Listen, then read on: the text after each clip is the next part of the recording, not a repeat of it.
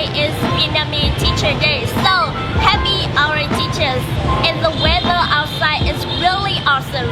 So I hang out and have some coffee with my friends.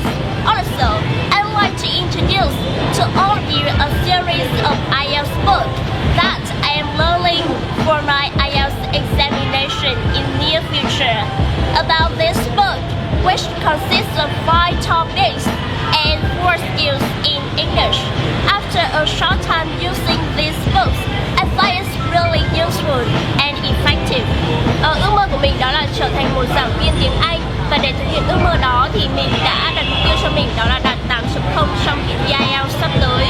Mình đã lựa chọn bộ sách IELTS này bởi vì mình biết tới tác giả đó là Mike, là một giám khảo IELTS hàng đầu thế giới với 20 năm kinh nghiệm. Bộ sách gồm có 5 cuốn sách đó là IELTS Speaking Success, Skill Theory and Model Answer, IELTS Writing Step by Step, IELTS Listening Skills and Strategy, and the Ultimate Guide to General Reading and the Ultimate Guide to Academic Reading.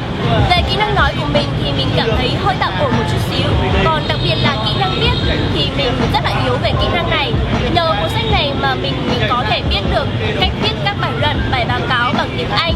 Đồng thời thì cuốn sách cũng chỉ ra những cái lỗi kinh điển trong kỹ năng viết mà mọi người thường mắc phải. Sau một thời gian ngắn sử dụng cuốn sách thì mình có thử viết những bài luận, bài báo cáo và có nhờ thầy cô của mình chấm hộ, thì thầy cô của mình cũng khen ngợi và mình cảm thấy rất là vui vì điều này. Kỹ năng nói là kỹ năng khó nhất và thường là kỹ năng mất nhiều điểm nhất. Chính vì thế mà mình đã dành rất nhiều thời gian để luyện tập kỹ năng này. Và nhờ có cuốn sách này thì mình có thể học hỏi được rất nhiều các chủ đề thường xuất hiện trong bài thi nói của kỳ thi IELTS. Và có thể là tiếng Anh của mình so với nhiều người khác thì chưa là gì, nhưng mà so với mình 3 tháng trước thì đã tiến bộ hơn rất là nhiều. Còn một phần nữa mà mình muốn review với tất cả mọi người đó là lượng từ vựng cũng như là cấu trúc trong cuốn sách khá là nhiều.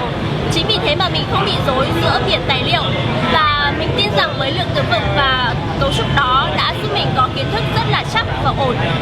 Cùng với bộ sách này thì mình tin rằng cần phải luyện tập cũng như thực hành bằng cách nói chuyện với nước ngoài rất là nhiều, và với sự nỗ lực đó thì mình tin rằng mình có thể đạt được những mục tiêu mà mình đã đề ra.